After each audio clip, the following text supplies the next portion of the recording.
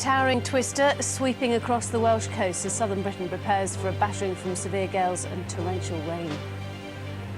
Good morning, this is the News Hour on GMTV. It's 6 o'clock on Monday, the 12th of January.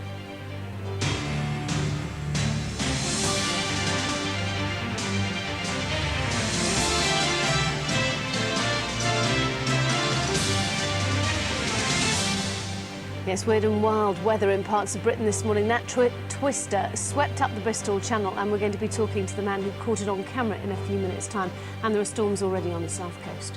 Also this morning, new figures show a shocking rise in child pornography. Find out why the latest mobile phones could be used by paedophiles to evade detection by the police. And we report on a new campaign to help victims of domestic violence. First, more on that weather causing havoc, or soon to cause havoc anyway, down on the south coast. Here's Andrea. Thanks, John. Good morning. Yes, we are in for a bit of a rocky ride over the next 24 hours or so. We've got heavy rain and also very, very strong winds, which are mainly going to be affecting southern areas of the UK. As you heard, we've already seen some pretty strong weather across the south and west. We are expecting winds gusting anywhere between 60 and 70 miles per hour across the south this morning. Those winds will gather strength as they move eastwards. I'll give you more details on that, though, as we progress through the morning in around 20 minutes. Penny. Yes, Andrea, thanks very much. Yes, weather is our top story this morning. In fact, there are flood warnings in 26 areas of the country. Richard Gaisford is in Portsmouth. Richard, are we going to see a repeat of 1987?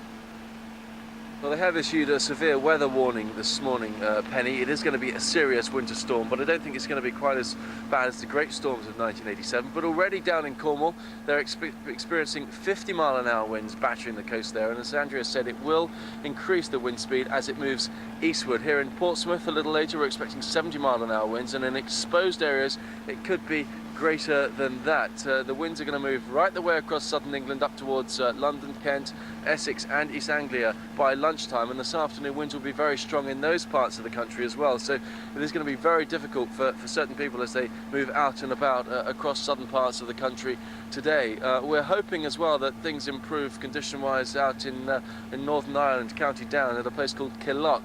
Their search and rescue services are looking for a 14-year-old boy who was swept into the sea yesterday. Very heavy seas there.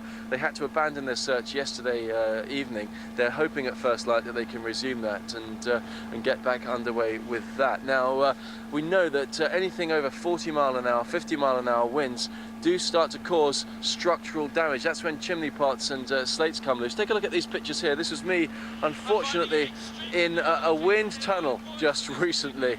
And even at 50, 60-mile-an-hour winds, it's very difficult to stand up. So if you don't have to be out in southern England today when these winds come sweeping past your part of the country, it's probably better to stay in. We aren't expecting anything up to hurricane force, thank goodness, but it is going to be pretty difficult indeed. We'll bring you all of the updates with travel and how the trains, the roads, the planes, the ferries are affected as this comes in this morning. But already down in the far southwest, down in Cornwall, we are seeing this huge winter storm sweeping up the southern coast of the UK. Richard, thanks very much. Does look like well weathered, doesn't he? I was just thinking, at the moment, it looks like what the Irish would call soft A soft weather. morning, lovely soft morning, yes. Mm. Richard down there amongst it. We'll bring you more later on, as Richard said. Right now, the rest of the news with Amanda. Thank you, John. Good morning. Child pornography crimes look set to rise with the introduction of internet mobile phones. The children's charity NCH has warned that new high-tech phones will make it easier for paedophiles to access sites and trade images of abuse. The latest figures show that such crimes have increased dramatically since the late 1980s, mainly as a consequence of the internet, which allows paedophiles to prey on children anonymously.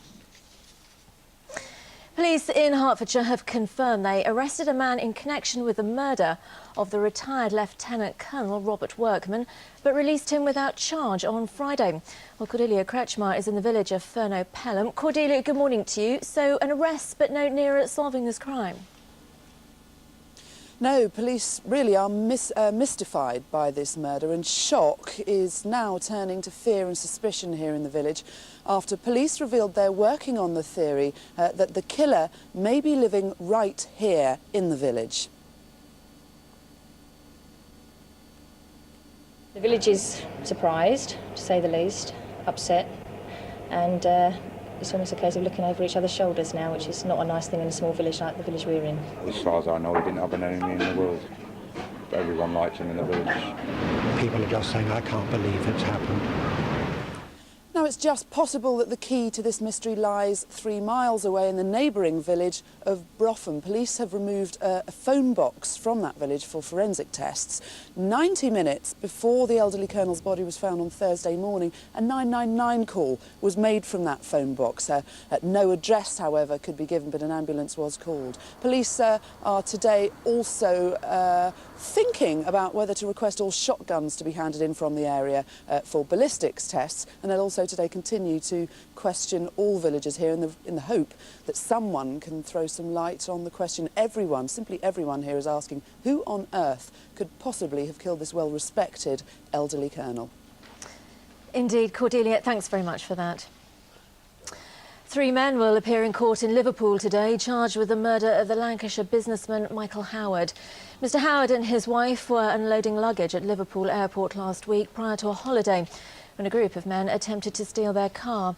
In the ensuing struggle, Mr Howard was run over and killed by the vehicle. A top Ministry of Defence doctor has backed claims that vaccines given to soldiers before the Gulf War caused a range of debilitating illnesses, which later became known as Gulf War syndrome. The MOD had always denied that the cocktail of jabs were responsible for the failing health of army personnel. But a new study commissioned by the War Commission's agencies says there is a link between the vaccines and the syndrome. Finally, many of you will have seen stars and their doubles on Saturday night, and Anthony Whitehead being crowned winner for his uncanny resemblance to Justin Timberlake. Well, the fun didn't stop there. Kathleen Wood hit the town with a lookalike to test his effect on those who know him best, the fans. Well, we're hitting the town tonight to see what it feels like to be Justin Timberlake, aren't we, Justin? Yes, we are. AKA Anthony Whitehead, who won stars in their doubles on Saturday. Cheers. I'm not joking, it's Justin! While the real Justin Timberlake was inside Earl's Court strutting his stuff, his lookalike was lapping up all the attention, signing autographs and kissing fans. But the best was yet to come. We're just going to see if we can get Anthony into Justin's private party. Let's go. Let's go. Nice to meet you, mate. You okay, mate? Well, just to let you know, Justin Timberlake is inside. Unbelievably, we got in, and incredibly, it took nearly 5 minutes before we were made to leave. We got into Justin's party! We're now getting Yeah, come on, guys. How did that feel? I can't believe it. It's unbelievable. It's probably one of the best adrenaline rushes I've ever had in my life. Unbelievable. Justin, watch out. Anthony will be after Cameron next. That looked great fun. It's 8 minutes past 6. I'm back with an update at 6:30. Penny and John. How fantastic. Except that I suppose when I go in, I get turned away anyway.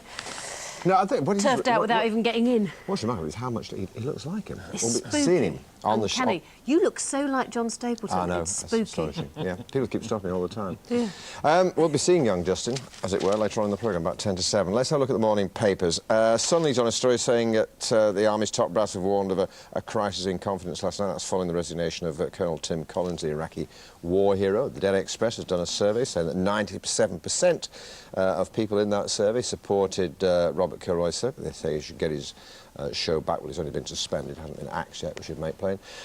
Daily Mirror have a tale saying that Ian Huntley pleaded with a female pen pal to send him a photograph of her in a Manchester United shirt. Still with football, in a way, I suppose. George Best may kill himself if he sees his wife, from whom he's separated, Alex, on TV. He's on suicide watch, according to The Star. And the Daily Mail has an alarming story about thousands of wrecked vehicles salvaged from crashes being sold at auction to customers up and down the country. The Guardian, Blair admits weapons of mass destruction may never be found in Iraq. The Daily Telegraph says that cut-price drugs hitting the streets, cheaper cannabis, heroin, cocaine and ecstasy may mean that the war on supplies is being lost. The Independent says that 4 million CCTV cameras are watching the public and that Britain has the highest level of surveillance. That's why they're calling it Big Brother Britain 2004. And The Times has a story saying that there's going to be a council tax shake-up to hit the rich. A new top and bottom bands protests have forced ministers to rethink. And the picture there is of that tornado there. They're saying, where's Incy Wincy Spider? The waterspout bearing down on South Wales yesterday. That spectacular tornado, as you saw there, a photograph, but it was actually captured on film as it swept along the Bristol Channel. Well, Matt Arnold joins us now from Roosa in South Wales with a Davenport family who enjoyed a ringside seat as that twister passed over. Matt.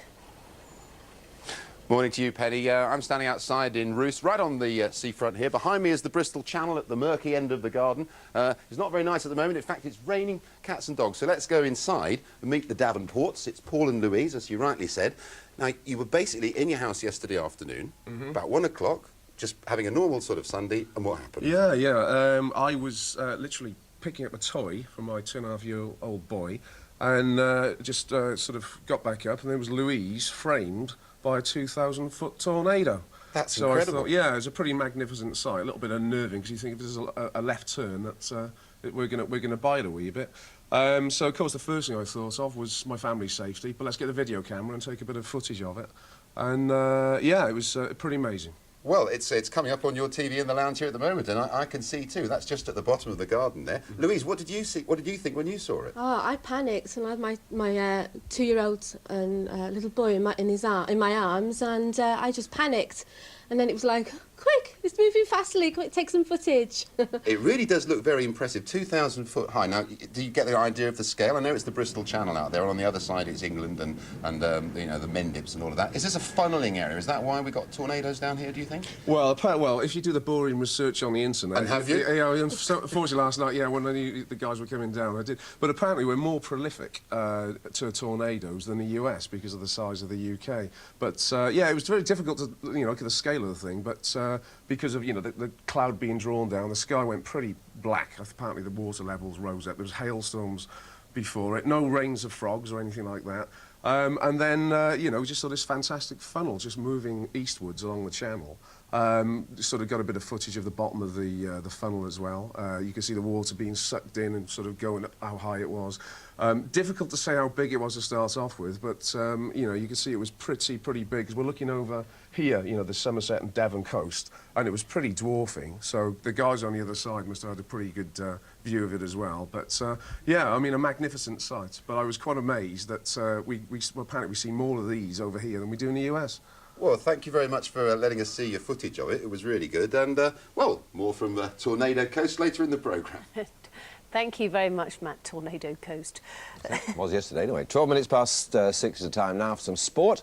Manchester United is still top of the Premiership this morning, but their lead has been cut to just 1 point. They drew 0-0 with Newcastle yesterday, which allowed Arsenal to close the gap at the top of the league. Here to discuss that and other matters, our old pal, chief sports writer of the Daily Star, Brian Woolner. Not at their best, United, yesterday, were they? Not at their best, and they'll be, I suppose, happy just to get a point out of it, because it was a clear penalty. Shearer brought down by Tim Howard, and it goes with the history, doesn't it? Yeah. United haven't had a penalty against them for years and years. And as Alan Shearer said, you wouldn't expect Alan Shearer to get a penalty in front of the Stretford end. Yeah. But it was a penalty, and Paul Durkin was big enough afterwards, John, wasn't he, to that there's the contact, he goes down, and it was a clear penalty. Sure. Do we want video evidence in the game for that? I don't think so. You have to rely on the referee. Video evidence for if the ball crosses the line, but not for me for penalty decisions. Yeah. But it was a definite penalty. I have to say that Durkin did well afterwards, and I wish some of his other colleagues would be as big and brave enough to go in front of a camera and say, I made a mistake. I wish the one who refereed Manchester versus Portsmouth did the same, because he did almost exactly the same thing, twice actually. That's by the way. Let's move on, because United are also hitting the headlines regarding the transfer of Tim Howard, who we just saw there, and allegations that a colleague of Alex Ferguson's son received a payment in relation to that transfer, which would not keep the FA very happy, would it? No, it's a bit messy, this one, and it's not the first time, is it, that the FA have investigated transfers. Certainly not. We're not now referring to Manchester United. And you just wonder whether it comes to anything, because we've heard of these deals, or alleged deals before, and the FA saying, yes, we're going to investigate this, and nothing happens, because we know that deals go on and things behind the scenes, or as we have to say, it's claimed. And I hope that there is a full investigation. It's interesting that the Daily Mail on the back page this morning are carrying a story that the United board are not particularly happy with it. Yeah. And of course, if they're holding their own investigation, it's not what United need, is it? You know, when they're challenging for the Premiership, the Champions League just about to reopen. An unwelcome distraction, to put it mildly. Yeah. Let's go back to the action. Convincing win for Chelsea at Leicester yesterday. Jimmy Floyd Hasselbank back in the thick of it. Look at those goals. Nice little back foot there for the first goal. They had to win, didn't they? Having lost at home to Liverpool, big deflection for the second. And they were in the mood, you could tell straight away that they realised they had to win. That's Mutu scoring a goal that he's definitely needed. He hadn't scored for some time. And the fourth coming up from Babiaro. Not often he gets on the score sheet. Chelsea were expected to win, and it does end a little bit of speculation because it seems that you lose 2 or 3 matches in the Premiership and you're in trouble. We've had it with Houllier, and then it was Ranieri. And we're having it with Kevin Keegan, of course. Indeed. Well, that's what I might discuss. I mean, some speculation that if City lose at Leicester in the replay of the third round of the FA Cup on Wednesday, Keegan may lose his job. What do you think? Well, Keegan always seems to walk away from jobs rather than be sacked. You know that if he feels he doesn't want it, he will. I was interested that Isle Berkovic called him a baby at the weekend. He is a bit of a baby, Kevin, when the pressure really, gets going. But City can't afford to go down. They're £50 million in debt. They've got a huge wage bill. They haven't won in the Premiership since November the 1st. You can't carry on like that. So Keegan, pressure on him, and it's how he reacts, I think, more than the board. Yeah. Just a quick word about a big meeting in Manchester today. Try and heal the rift between the FA and some of the players, led by David Beckham and yeah. Quite pathetic, really. I mean, the players are unhappy with some of the selection code, and so the FA, bless them, are going to have a little meeting with them. Trevor Brooking will be there. Dear old Red Nev, Gary Neville of Manchester United, will lead the FA, will lead the players' union. They want some kind of rule book, and I think that the FA have to actually say to them, listen, playing for England should be, you should be proud to do this, and who plays for England and who wears the white shirt has absolutely nothing to do with you at all. But I suspect the FA will roll over and say, oh, please play for England, and there will be some kind of bowing and scraping. Why does the word pathetic come to my mind? Brian, thanks very much indeed. The time is 17 minutes past 6. You're watching the News Hour on GMTV. This morning's headlines: torrential rain and winds of up to 90 miles an hour are expected across southern England today. The unsettled weather comes after yesterday's tornado in the Bristol Channel. A leading children's charity has warned that child pornography crime is set to rise with the boom in phones with internet access. And police hunting the killer of 83-year-old Robert Workman to examine all shotguns owned by local people. A man was arrested but then released by police. Now then, child pornography crimes look set to rise with the introduction of internet mobile phones. The children's charity NCH has warned that new high-tech phones will make it easier for paedophiles to access sites and trade images of abuse. We'll have more on that just a bit later on. We're going to be talking to John Carr, the children's charity NCH, from the Westminster studio just after this break.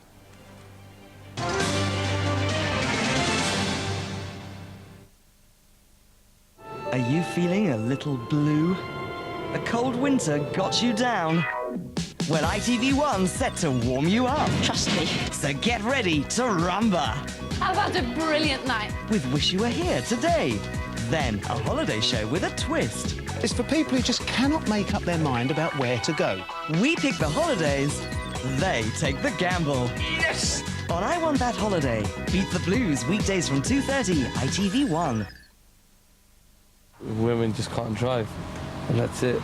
Men are they're aggressive. They've always got something to prove when they're driving. Yeah, it's like this macho thing. How many women motor racing drivers are there? Women are the better drivers from insurance point of view. My sister's a brilliant town driver, but she's on the motorway. What do you think? Be part of it. Take the Great British Driving Test, Men versus Women, next Monday at 9 on ITV1.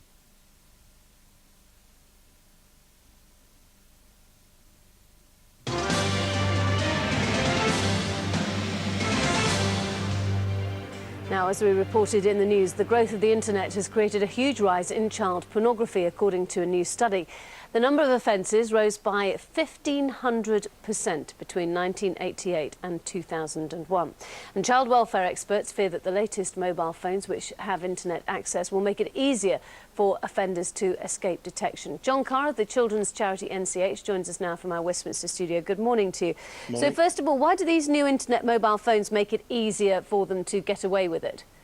Well, the good news is that the mobile telephone companies are aware of the potential hazards, and we're working with them to try and minimise that possibility and minimise that risk. One obvious way is, for example, with pay-as-you-go phones here in the UK. When you buy one, at the moment, there's no necessity, no obligation for you to register who you are, where you live, or any other details about you. Well, what we've been saying to the mobile phone companies is once internet access becomes commonplace through these handsets, that has to change. Otherwise, the same possibilities that exist to detect crime over the internet using a fixed PC simply disappear.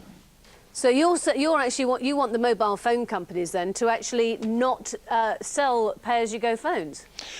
No, we don't have a problem with them selling pay-as-you-go phones, but what we do want to see a change to is if those phones are going to have internet access, and if therefore these possibilities of abusing children or gaining access to illegal material are going to be there on a device that's going to be in your hand on the street or wherever you might be, then it's much more important in that context to know who each individual user are. So it's not about stopping the sale of pay-as-you-goes, but it's making it safer in the new era of internet access. So essentially you want people, for example, to go in and if they want one of these phones to have to actually show their ID?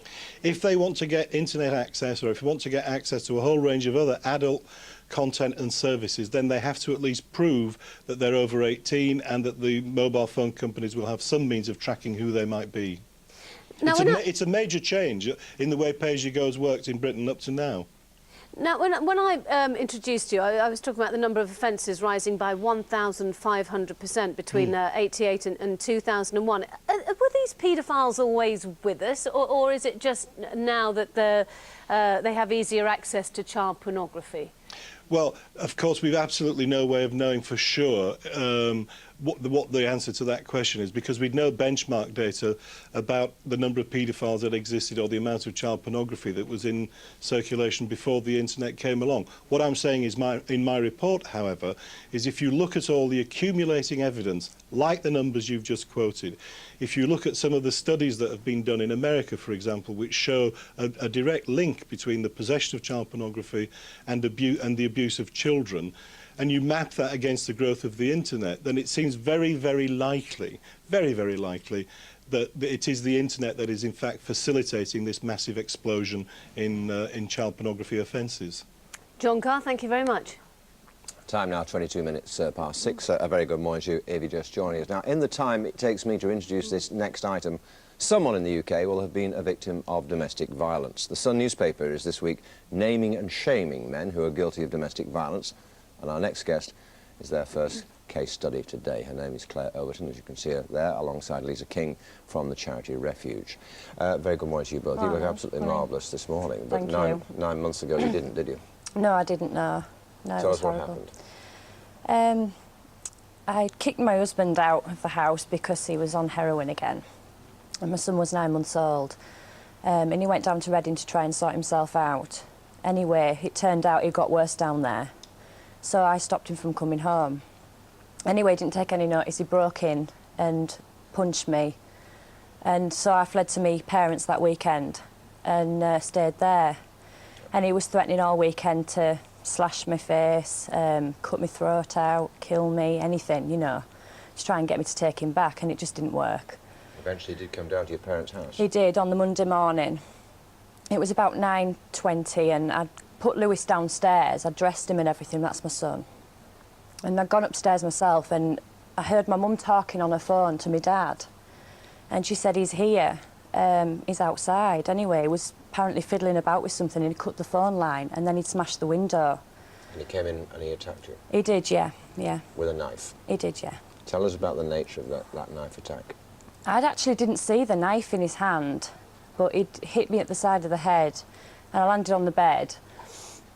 And he just started to slash me with something, and I absolutely thought that it was broken glass. I didn't realise it was a carpenter's knife, but anyway, the packaging was left outside the house, and that's how they knew. We're looking at a picture of you just after that incident. I gather you had to have 84 stitches. I did, yeah. That you were slashed, as we can see there, very close to the jugular. You are very, very fortunate to be sitting here this morning. Oh, definitely. Yeah, absolutely. Horrendous, awful yeah, it attack. was. And I have to say, Lisa, although an extreme example of what you're talking about, by no means an isolated incident, is it? No, absolutely not. The statistics talk for themselves. 2 women are killed a week as a result of domestic violence. And Claire, who's very brave today, speaking out, has obviously had a very harrowing experience. But there are thousands of women who are coping with domestic violence every day of their lives and sadly will wake up today to experience exactly the same. But it's not just about physical violence, it's also about mental, emotional and financial. And we're really encouraging, women who are very sadly in these circumstances to be brave enough to speak out and to talk about their experiences, as Claire has done, which is fantastic. And to make the first point of contact to get the help they need. And you're doing that because I was staggered to discover that on average, women are beaten up or attacked by their husbands 35 times before they call the police, which shows just how frightened they are. And perhaps what lack of faith they have in the system. And I'm not just attacking the police here, because there's lots of people involved. What lack of faith they have in the system to actually take this seriously, perhaps. Well, yeah, absolutely. And they're also, very concerned about the shame and the, don't want to talk about domestic violence because they feel it's not something that they personally should be experiencing or embarrassed to speak about it. So case studies such as Claire speaking out and others who are in the paper today will hopefully encourage women to show that it's not something that they're experiencing on their own, there's nothing to be ashamed about, that you should come forward and, if you're not at the right stage maybe in your relationship to seek help from, say, refuge, for example, to possibly talk to friends or to your GP. You, as a result of speaking out and getting your former husband convicted, he was sent now for 9 years, I gather.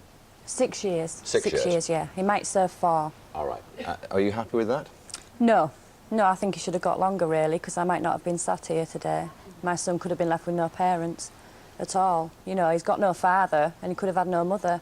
And one day, of course, this guy's going to come out of prison, isn't he? He is, yeah, but we'll get to that stage when we come to it, really. But can I just say about the Sun campaign, it's fantastic, and I just hope many women come forward so they don't get this, really.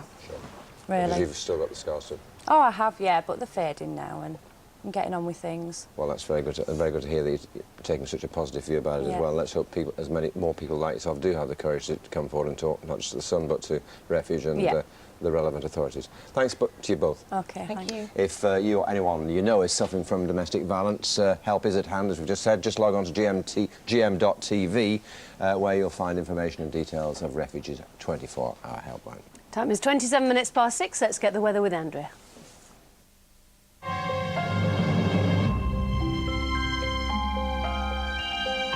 Quaker Oats, the original winter warmer. Hello there. We're in for a very unsettled spell of weather over the next 24 to 48 hours or so. We're expecting heavy rain and also gale force winds to be sweeping across us. We've already seen some unsettled weather out to the southwest. What's going to be happening during the course of this morning is we will see those gales sweeping across southern counties of England and also through Wales. So by the end of the afternoon, what we will see is gusts of between 60 and 70 miles an hour pushing across the southeast corner of England, perhaps into Kent, that neck of the woods here. Now, if I just move out the way, you can see we've got another system which is just tucked in behind me across the Atlantic. Overnight tonight, that will then sweep in. So what we will start to see there is increasingly strong winds pushing in across this central region, but we'll concentrate more on that as we go through the morning. This is where the cloud is at the moment. If we just take a duck underneath, what you can see as we clear through, that's the southwest. That's the rain that we saw overnight across Devon and Cornwall. There is a bit of a gap across northwestern areas of England, and then, as you can see, a fair amount of rain falling over northern and western Scotland. Now, it's fairly sporadic. There will be 1 or 2 breaks in that, so it's a fairly showery old sequence, but it is still fairly windy here, but nothing really compared to the strong winds that we're going to be seeing throughout the day across southern counties. Now, as we swing our way southwards, as you saw in that cloud sequence there is a bit of a break across the north and west, and as we continue our journey south, this is where we're going to start to hopefully see things easing off in terms of rain for the southwest. It is still going to be very, very windy, but we will see 1 or 2 gaps, so we will allow a little bit of drier weather to poke through. But for today, as I said, I can't stress enough, we're in for a very, very rocky ride this morning across the far north of Scotland and indeed the east, where we have seen some breaks in the cloud and there's a bit of rain around. There's some ice to be aware of this morning and this afternoon. Again, as I said, the weight of this unsettled weather, that wind, that rain, will transfer eastwards. Things remaining a touch more settled the further north you go, but some of these showers we've got blowing into the far north and west could well turn wintry over the hills. So all in all, an unsettled outlook for today. Here's your summary.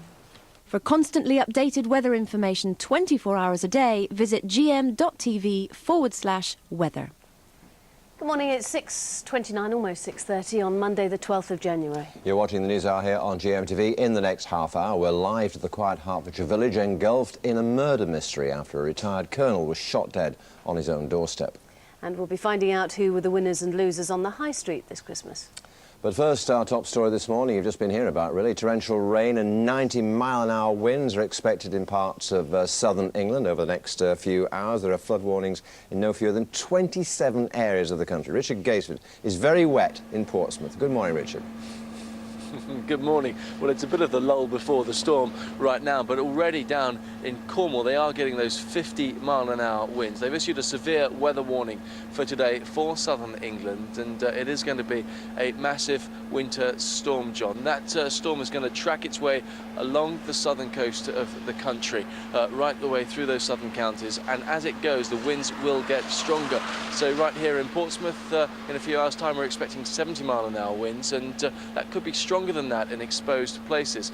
It'll then work its way up through Kent and Essex, East Anglia, also through London, and that's about lunchtime, and by this afternoon see some pretty strong winds in that particular part of the country as well. Now we are hoping that conditions will improve for search and rescue services out in Northern Ireland, in County Down, a little village called Killock. Yesterday a young boy, 14-year-old boy, was swept into the sea, very heavy seas there. Yesterday a friend did dive in to try and save him. He was pulled out with hypothermia. No sign of the 14-year-old boy, some sign of some of his clothing though, which has been identified by his family, and as soon as first light this morning, if conditions are good enough, the rescue and the search teams will go in again just to try and find him. Now we do know that as winds increase there is the chance of structural damage. That's certainly the case today in southern England. Anything from 40-mile-an-hour winds and upwards, you'll start to see chimney pots wobbling and tiles coming off the roof. Take a look at these pictures here. You'll see me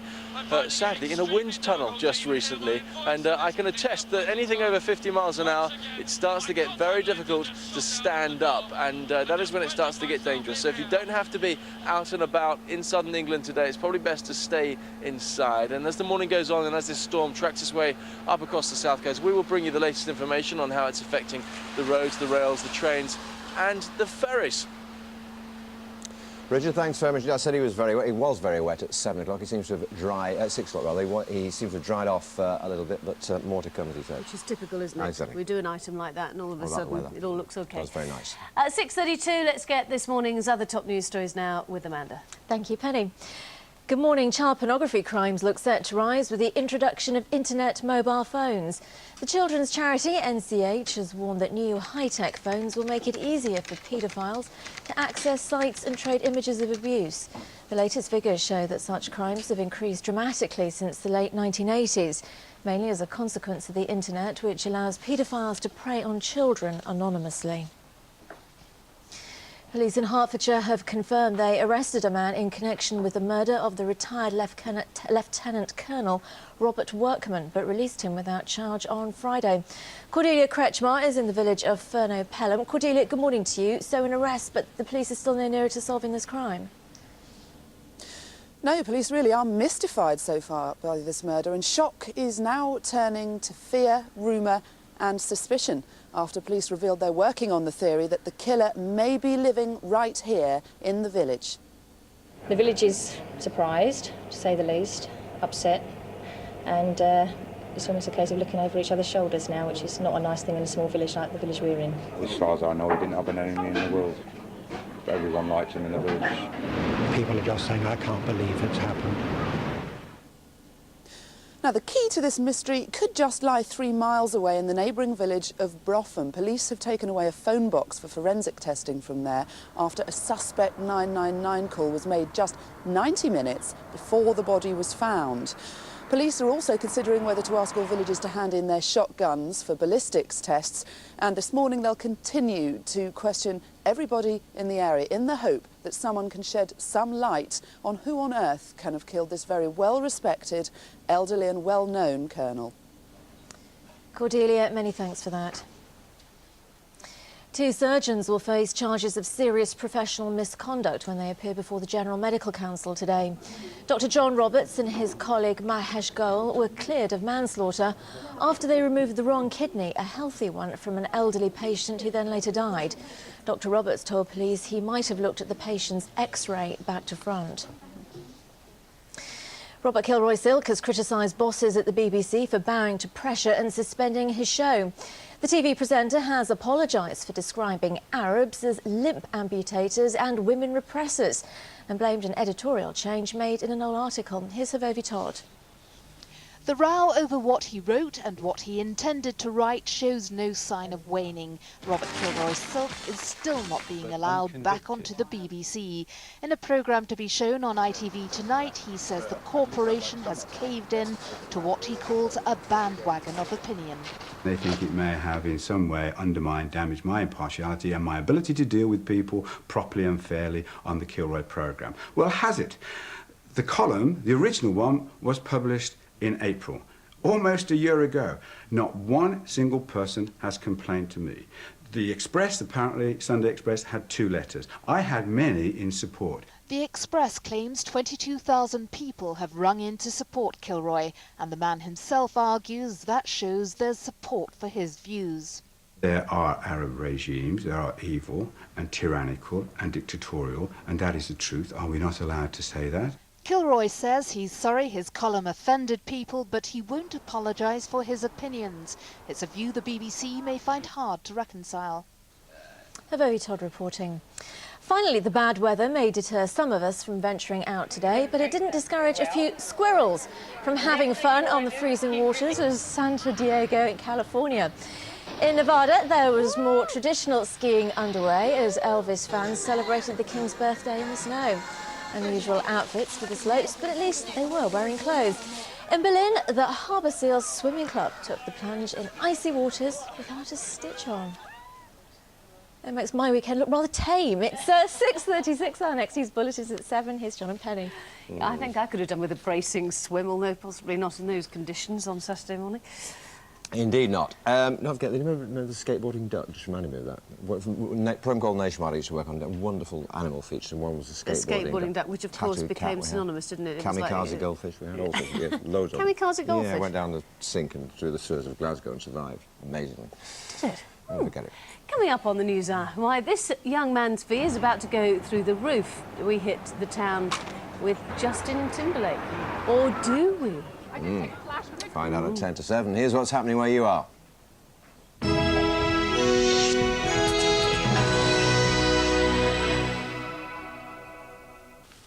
Hello, a very good morning to you. Detectives are appealing for help from the community in Moss Side in Manchester following the death of a young man who was shot outside a cafe. They've named the victim today as Nuraini Mumin Sheikh from London. He's thought to have been shot twice in the upper body on Claremont Road on Saturday evening. The 19-year-old died shortly after arriving at hospital. A 10-year plan for one of the North West's most important transport links is being unveiled today. The Highways Agency says the aim is to reduce congestion and improve safety on the M6. So Rahman has the details. It's a familiar sight on the region's motorways, heavy-moving traffic. This sight on the M6 is by no means unusual, but if projected figures from the government are correct, then the increasing volume of traffic travelling on the region's motorways over the next 10 years may cause gridlock as well as economic and long-term environmental damage. This morning, the Highways Agency has unveiled its 10-year strategy to show how they intend to develop the M6 from Warrington northwards to Scotland. Their aim, which is part of the government's integrated transport policy, is to make the best use of the existing road network. Areas that have been identified are accident and congestion black spots, congestion points and how to relieve them, as well as improvements to slip roads and junctions at peak hours, as well as encouraging car-sharing facilities. Details of the cost and when this work will begin will be closely watched by commuters and environmental groups. Children at one of the North West's smallest schools, which is threatened with closure, are lending their voices to record a CD. Lowick School in the Lake District National Park is set to shut in the summer after the authorities deemed it was too small. Former pupil and songwriter Rob Ellis, who penned the tune for Madonna's wedding, has written the track. It'll help raise funds for a pioneering project aimed at turning Lowick into the country's first state-funded cooperative school. Time now for a look at the region's roads this morning. In Greater Manchester, the M58 M6 interchange near Orrell has resurfacing work with temporary traffic lights and a 40-mile-an-hour speed restriction. In Cheshire, the A56 Hull Road in Chester will see major roadworks heading into the city for the next 5 weeks. There'll be major delays during rush hour in Lancashire. Those bridge repairs continue on the M6 between Lancaster and Preston. On Merseyside, finally, the A58 between Linkway Roundabout and St Helens and Blackbrook has water mains work. I'm back in half an hour. Time now for the region's weather. Brighten up your winter with the fresh smell of summer.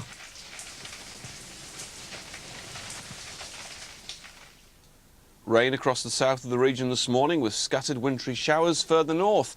Brighter for most places this afternoon, but winds will be strong at times with blustery showers in places.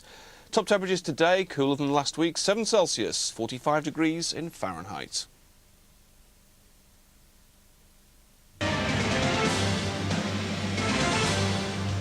It's 20 to 7. Welcome back to the news hour here on GMTV. Now, picture this, a tiny rural community, a retired colonel shot dead on his doorstep, and an anonymous 999 call. It's a murder mystery with no apparent motive that's spread alarm through the Hertfordshire village of Furno Pelham. Well, in a moment, I'll be talking to the parish clerk, but first, this from Cordelia Kretschmar. The tranquility of this tiny village was destroyed with a single gunshot. 5 days on, and shock is turning to doubt and suspicion. Today, people are going about their business in fear that the murderer's in their midst. The location of Mr Workman's house, and to know where that house is, you would have to know the local area quite well. Detectives also believe the elderly colonel was killed by a fellow villager. They'll continue to question the 450 people who live here and may ask them to hand in their shotguns for tests.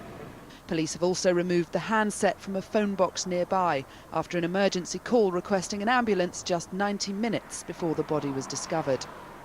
The 999 call was made just 3 miles away here in the village of Brathing. The caller still hasn't come forward. And in a sign that no one here is above suspicion, a police helicopter hovered overhead yesterday, mapping every home in the area in relation to the scene of the crime. Well, joining us now, one of the people you saw in that report there from Furno Pelham, and that's the clerk to the local parish council, Gemma Knight. Gemma, thanks very much indeed for being with us. How are people in this comparatively tiny community reacting to the prospect that there's a murderer in their midst? Well, obviously people are very cautious, very upset, very aware. It's a very small, close-knit community, and we're all a bit upset by the events. Indeed, and not an area that's used to crime. I'm told that the last recorded crime there was someone stealing a trailer last July. Yeah, that's about right, yes. That's the only sort of crimes we have in this sort of village. And tell us about Colonel Workman. What sort of man was he? Quiet, very unassuming, very polite, and his death is a tragic event for the village. Can you imagine any motive for killing an old man like that? Absolutely none at all. No, none at all. It is very difficult, isn't it? And there's also, as you made the point in the little clip we ran of you a little bit earlier, you'd have to know where he lived to find his house, wouldn't you? Yes, the lane behind us is quite a small, discreet lane with some very nice houses in it. And unless you knew where his house was, then obviously you wouldn't say. Which does support the notion that it's someone local who knew the area quite well. Now, we've also got the mystery of this 999 call from a call box, not in the village, but some distance away.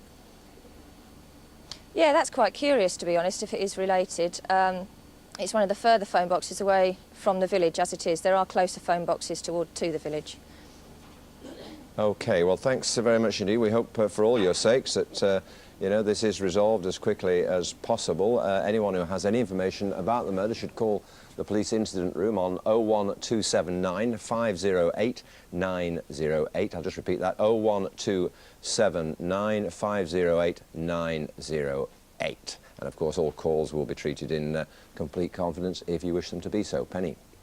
It's 16 minutes to 7. You're watching the News Hour on GMTV. This morning's headlines. Torrential rain and winds of up to 90 miles an hour are expected across southern England today. The unsettled weather follows in the wake of that tornado yesterday in the Bristol Channel. A leading children's charity has warned that child pornography crime is possibly going to go up with the boom in the phones with internet access. And as you've been hearing, police hunting the killer of 83-year-old Robert Workman to examine all shotguns owned by local people. A man was arrested but released by police. Now, last year will not go down as one of the best for some of the famous names on the high streets. Christmas did not come early for some of the stores. In fact, it hardly came at all. But then we went sales mad. Was it enough, though? Helen Jordan has been finding out. As your credit card bill will tell you, we spent more than ever on Christmas this year. So who were the winners on the high street? This year's must-haves were electrical goods, DVD players, digital cameras and digital music players. But Dixons is expected to announce flat sales because of intense competition from Argos and the supermarket chains. Also feeling the pressure from supermarkets is Boots, which despite a good Christmas will announce 1,000 redundancies this week and the lowering of its prices to compete with Tesco, which now sells more toiletries than Superdrug and Boots combined. Sales of clothes have been down, with Marks & Spencer particularly feeling the pinch. It's now looking for a so-called clothing czar after poor sales of women's and children's wear. It thought it could have lost out to Next, which has bucked the trend and seen higher than expected figures, possibly because it waited until after Christmas before starting its sale. 20 retailers in all are announcing their Christmas results this week, and it looks like the winners could be the supermarkets at the expense of some of our high street favourites. Well, with me is Ed Crooks from the Financial Times. So it was a bad year. Why was it such a bad year for so many people, for so many stores? Well, I think really because, the consumer boom we've had has completely run out of steam. If you think about, I think a lot of people still think we've got a consumer boom here in Britain. People think about housing market, house prices still going up a lot. People think about people still borrowing a lot of money, which is true. All of that is going on. But a lot of that money that's being borrowed is still just getting into the housing market, and the real sort of strong growth in consumer spending that we had right through the back half of the 1990s up until really 2002, last year that completely went away. We had people's wages not growing as fast as they used to, a lot of pressure on wages, and also we had, of course, these tax rises. You remember everyone having to pay more national insurance as of April. That took a lot of money out of people's pay packets. People have just not been wanting to spend so much, and that's really hit a whole load of retailers right across the board suffering from the fact that people are not spending so much money. Now, apart from obviously the job losses, how else does it affect people when companies report losses rather than profits? Well, obviously the big problem is what happens to their shares. Any of us who've got any kind of private pension, a company pension, if you've got an insurance policy, you've got an endowment mortgage, of course, all these kind of things are linked to the stock market. And so if the shares of these companies are going down on the stock market because they're not making profits, they can't pay dividends to their shareholders, then that hits all of us who've got those kind of investments. So it is a general problem. But when we're talking about a company like M&S, for example, I mean, M&S isn't going to go to the wall, is it? No, they're not going to go to the wall, but they're just not doing as well as they could. And certainly I think we're going to hear stuff from M&S this week where a lot of rumours around, very strong rumours, that their clothing side has been particularly bad recently. There's talk about them needing to appoint a clothing czar to sort out the clothing. Food, obviously the other thing they do, food is still going very well. Apparently a lot of people's food sales have been very good, and we apparently stuffed ourselves silly over Christmas that everyone's food sales were terrific, but clothing's been very, very mixed. Some doing well, Next did well, M&S apparently not doing so well, so that does look like Which is interesting, isn't it? Because that's a them. turnaround, because Next, of course, there were all sorts of problems at one stage. Exactly. What about Dixons then? Because you'd have thought that they do really well, because DVD is one of the big Christmas presents this year. Yeah, and that's very interesting, isn't it? I mean, this is one of the stories going around, is that Dixon might have to close a half of all their shops. I mean, incredible, real big problems for them. They've been denying that. They're saying it's not true, but still, I think there is a clear problem that, as you say, a lot of people buying electronics, DVDs, all the rest of it. But where do people go nowadays? They go to Argos, they go to the supermarkets increasingly. You go to an out-of-town superstore, you can get a TV, a DVD player, often very, very cheap, often cheaper than you'd find it in the high street at a Dixons, and that's a big problem for them. So, in fact, supermarkets, the big winners.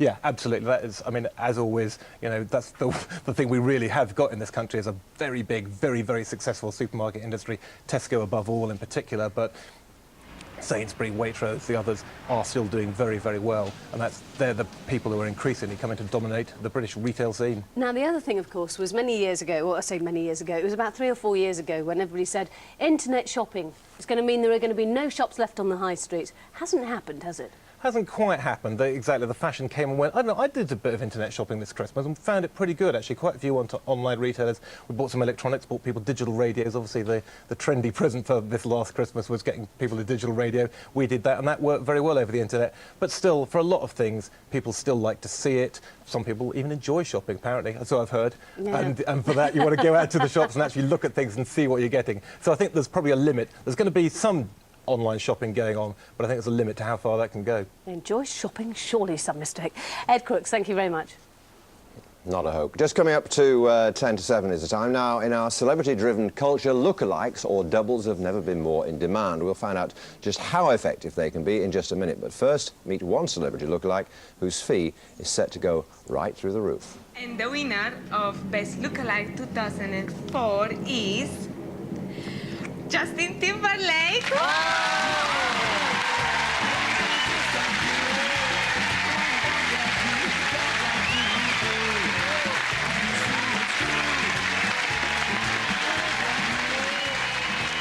Yes, well, they say he looks more like Justin Timberlake than Justin Timberlake himself. Would you welcome Anthony Whitehead, overall winner of Stars and Their Doubles on ITV on Saturday night, and alongside him, the winner of the Best Film Star lookalike, Michael Douglas, otherwise known as Dennis Holbrook, Hospital Porter. Good morning to you both. You do both look very, very much like your doubles, I have to say. Justin, first of all, did you expect to win? I keep calling you Justin. You see, I've fallen into it already. I'm calling you Justin.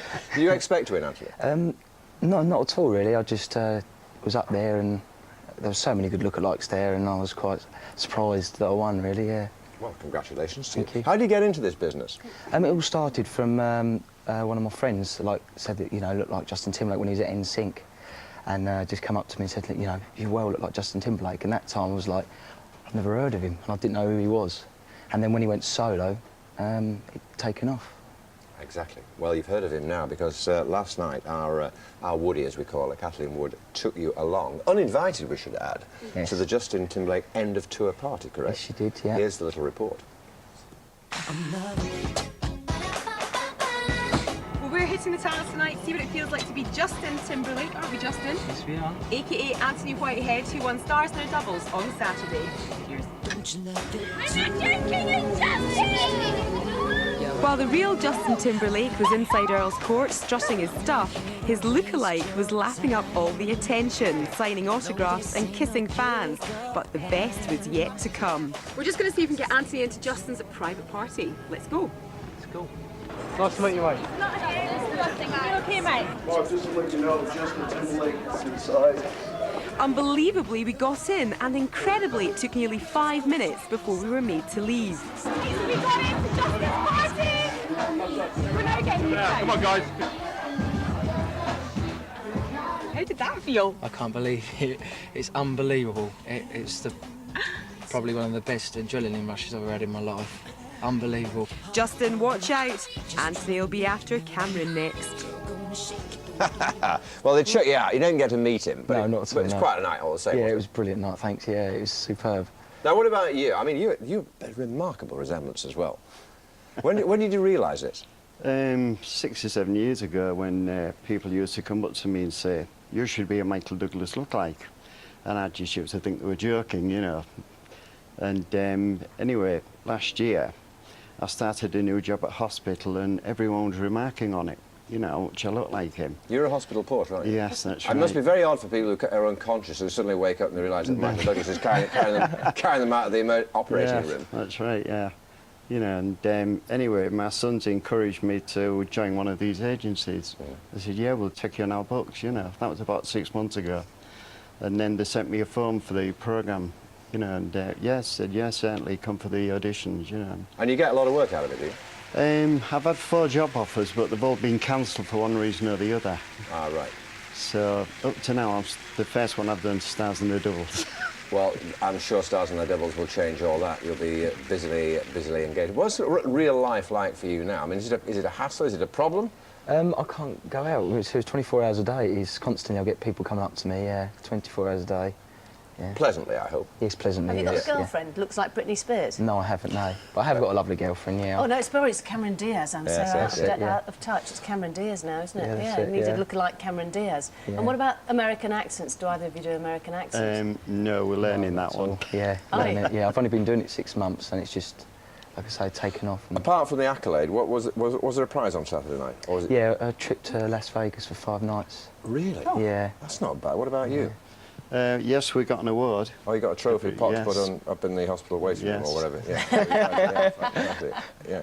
Well, we wish you well in your new careers, if indeed they turn out to be. I know quite a few people who do very well out of the lookalike business, I'll tell you. Yes. Yeah. So, all the very best to you. Thank you very much. And thanks for coming along this morning. Are there people out there, by the way, who are actually have got Justin Timberlake, as in nudge, nudge, wink, wink, autographs? Do you just sign? Oh, I see. Yeah. I can actually do his autograph. Yeah. Can you? Yeah, as long as his chequebook don't hit the mat. Excellent. Nice to meet you both. Eamon and Fiona here in a few minutes with GMTV today, and Emma Bunton, the real one, is dropping in for a chat. We have a look-alike in our green room, actually. And today is the day they reveal where our Inchlos recruits will be whisked away to, and the mystery celebrity will be going with them. But next, it's the weather with Andrea.